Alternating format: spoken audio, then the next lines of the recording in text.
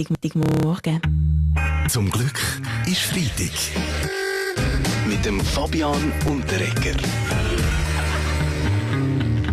Letzten Sonntag haben wir alle unsere dicken Kuverts in die Urnen runtergelassen. Abstimmungssonntag mit einem Resultat, das wahrscheinlich auch noch in Jahrzehnten wird zu reden geben. Das Ding mit den Zweitwohnungen. Besonders in den Bergkantonen stellt man viele Fragen. Nicht gerade glücklich, unser schönster Bauer in der Schweiz, der Renzo Blumenthal. Was heisst denn das jetzt genau?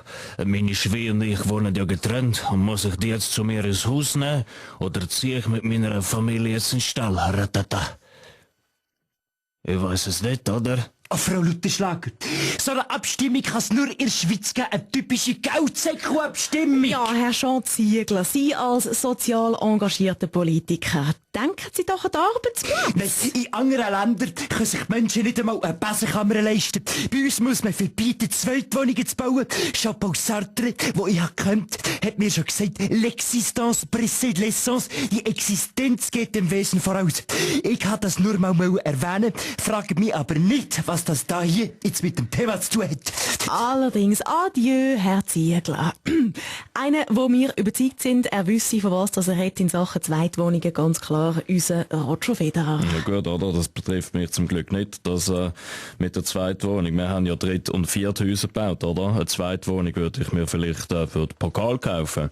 Auch kontrovers der Entscheid der Stimmbürger, die wollen, dass man in Zürich-Altstetten für die Strassenprostitution sogenannte Verrichtungsboxen zur Verfügung stellt. Also bei uns da kennen wir Verrichtungsboxen schon lange.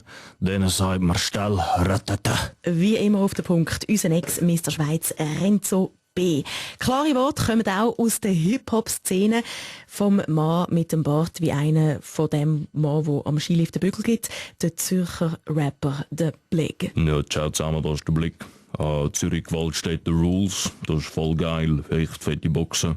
Ein paar Bitches, so sieht eine geile Hip-Hop-Party aus. Ja, yeah, das ist der Blick. Ein bisschen differenzierter bitte. Verrichtungsboxen für Strassenprostitution in Altstädten. Wie muss man das während der SF-Tierfilm Andreas Moser sich vorstellen? Ja, damit die paarungsbereiten Männchen und Weibli nicht während ihrer Prumpfzeit gestört werden, gibt's jetzt zum Glück Brutnestchen zum Vogeln.